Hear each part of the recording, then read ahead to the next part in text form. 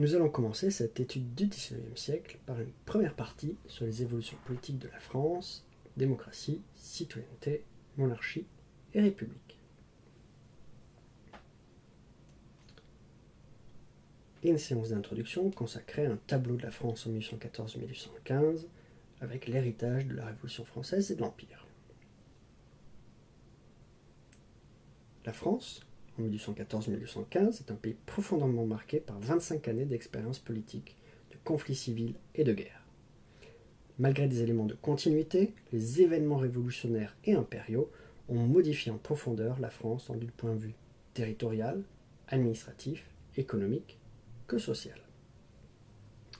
C'est ce que nous verrons donc dans 4 parties. La première sur 25 années de bouleversements politiques.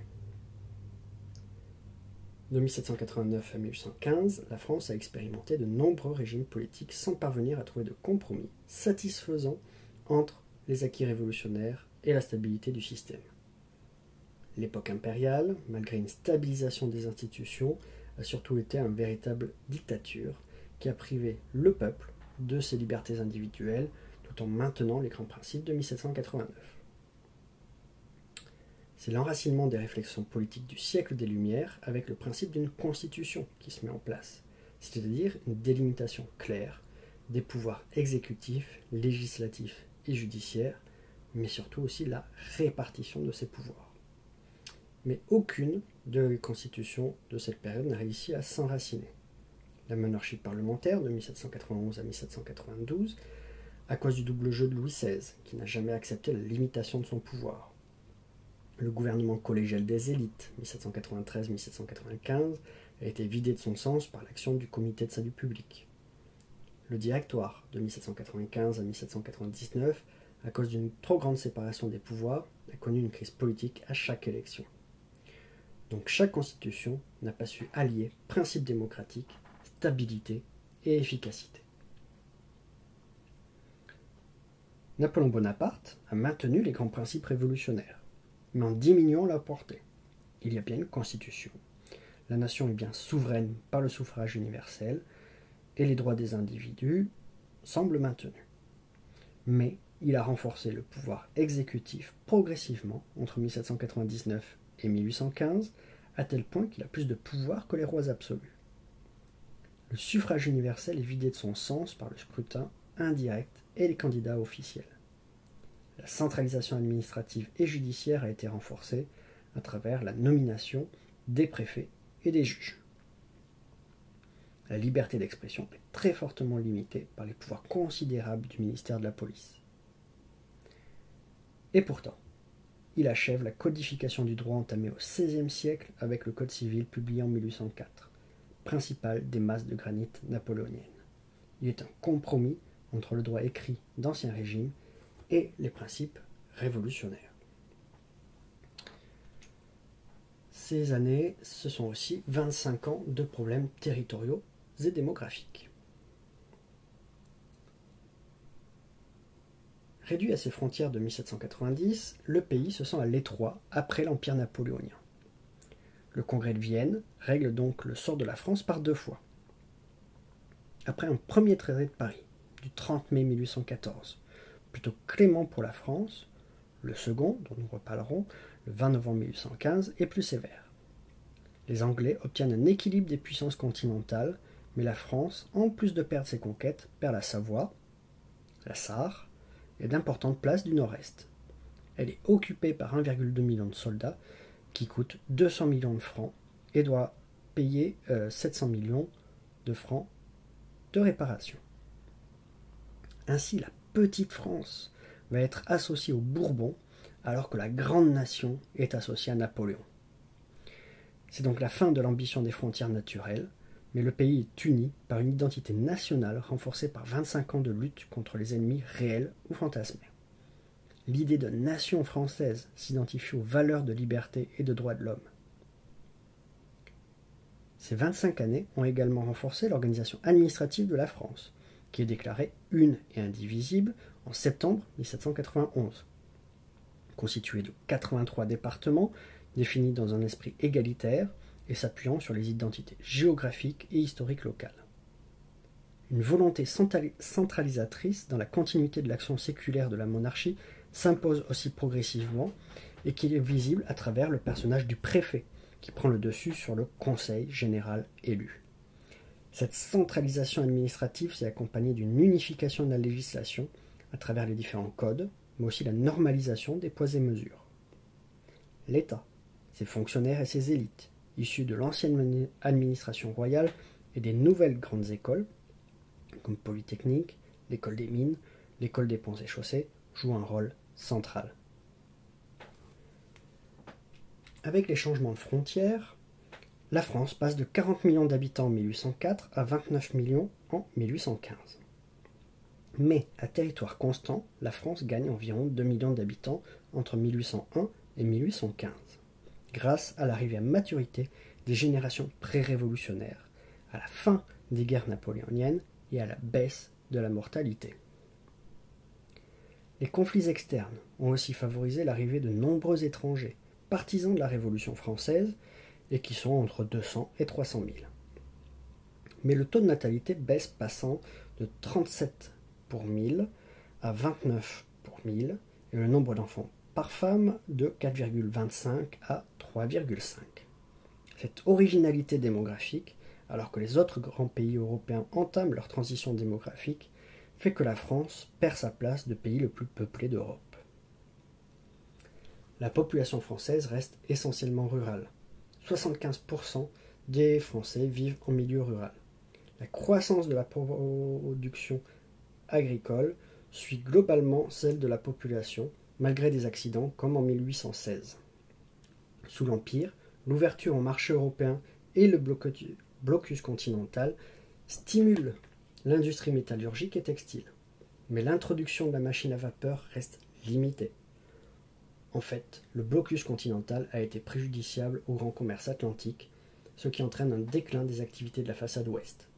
Les capitaux du grand négoce sont alors investis dans le secteur foncier au lieu de l'industrie. C'est ce que nous allons voir maintenant dans la partie suivante, justement sur 25 ans de bouleversements économiques et sociaux.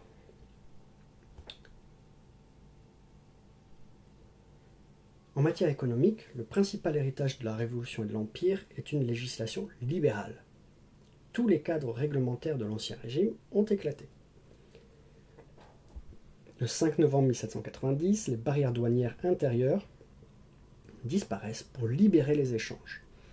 Le 23 avril 1791, le décret Allard interdit les corporations, les jurandes, les maîtrises et les manufactures pour éviter les monopoles.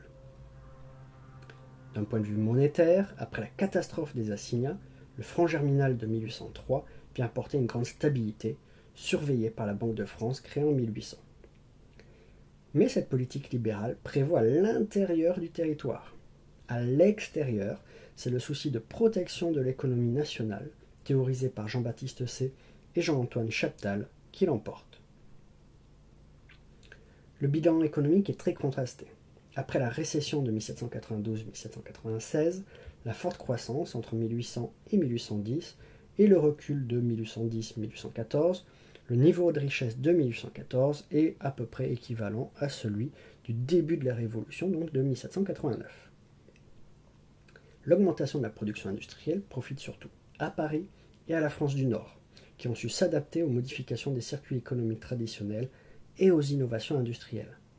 Au contraire, le Midi méditerranéen et la façade atlantique sont les régions les plus touchées par l'effondrement du commerce colonial et les difficultés des industries plus traditionnelles. L'agriculture, qui reste la principale source de revenus, connaît une belle reprise depuis l'Empire, mais l'amélioration des techniques et de la productivité va aussi de pair avec cette reprise. Globalement, la France est en retard par rapport à son rival britannique, mais ce n'est pas seulement la faute de la Révolution et de l'Empire. Dès 1789, les signes de retard sont visibles et la désorganisation du système économique national causée par des conflits internes et externes ont amplifié ce décalage. Le pouvoir économique et politique appartient à ceux qui ont de l'argent. La fortune est surtout foncière, ce qui permet aux nobles et aux bourgeois de former la catégorie des notables. Ce sont les grands bénéficiaires de la Révolution, formés des élites d'Ancien Régime, de la noblesse d'Empire et des bourgeois. Le suffrage censitaire leur permet de confisquer le pouvoir politique, donc l'appareil d'État à son profit. Ils imposent alors leur vision politique et économique, plutôt conservatrice socialement et culturellement. Ils acceptent les acquis révolutionnaires qui les arrangent, c'est-à-dire l'égalité civile, la liberté de conscience, d'expression et d'entreprendre, mais rejettent ce qui les gêne, le suffrage universel, la fraternité, l'assistance et la démocratisation de l'instruction. Ils restent divisés sur la forme que doit prendre le gouvernement, une monarchie traditionnelle ou une monarchie parlementaire. Le monde des salariés, c'est-à-dire des travailleurs agricoles et ouvriers, ne possède rien ou presque rien dans une société où la propriété foncière est le principal critère de distinction sociale. Les paysans s'enterrent, n'ont que peu bénéficié de la Révolution et de l'Empire. Mais la hausse du salaire réel leur permet de connaître une amélioration de leurs conditions de vie. Les artisans et les ouvriers, qui ont souvent été des sans-culottes, sont interdits d'association par la loi Le Chapelier de 1791, sont exclus de la vie politique après 1794 et sont brimés par la création du livret ouvrier en 1803. Ils comptent donc sur les réseaux d'entraide et une amélioration de la conjoncture pour s'en sortir. Mais le développement de la grande usine, associé à un déracinement et une dégradation des conditions de vie, ne le permet plus. Et nous terminerons avec 25 ans de bouleversement culturel. La Révolution a voulu faire table rase des racines culturelles de l'Ancien Régime, notamment par le changement de nom des communes, par l'art révolutionnaire, etc. La méfiance à l'égard de l'Église catholique est née avec le siècle des Lumières. Les révolutionnaires veulent inclure l'Église dans l'État avec la constitution civile du clergé du 12 juillet 1790. Le serment à la nation divise le clergé en deux camps égaux, les réfractaires et les jureurs. Les difficultés entraînent une fuite en avant avec une laïcisation de plus en plus radicale. C'est notamment le calendrier révolutionnaire du 24 octobre 1793, l'état civil laïque, l'autorisation du mariage des prêtres et la destruction de symboles religieux. Napoléon Bonaparte veut apaiser au contraire les relations entre l'État et l'Église, d'où la signature d'un concordat avec le pape Pie VII le 15 juillet 1801. Cela va permettre à l'Église de reconstruire une partie de sa puissance. Le catholicisme reprend le terrain intellectuel, comme notamment le montre le texte de Chateaubriand, Le génie du christianisme. Les théories contre-révolutionnaires sont renouvelées par Louis de Bonald et Joseph de Maistre. L'esthétique néoclassique est dominée par Jacques-Louis David et ses élèves, Gros, Girodet, qui magnifient l'effet d'armes de l'empereur. Géricault, par son cuirassé blessé quittant le feu au salon de 1814, s'éloigne de cette esthétique et préfigure le romantisme. La littérature est dominée par Madame de Staël, Chateaubriand ou Benjamin Constant, qui ouvrent la voie à la domination de la sensibilité et de l'imagination, donc au romantisme. Le français, considéré comme la langue nationale, doit s'imposer face aux idiomes locaux. De même, il est considéré qu'il n'y a qu'une seule culture digne d'être enseignée et pérennisée. Du coup, la culture populaire devient du folklore, objet de l'anthropologie culturelle. Pour conclure, la France de 1815 est duale, contradictoire. La question qui traverse ce siècle est donc de savoir que faire de cet héritage encombrant.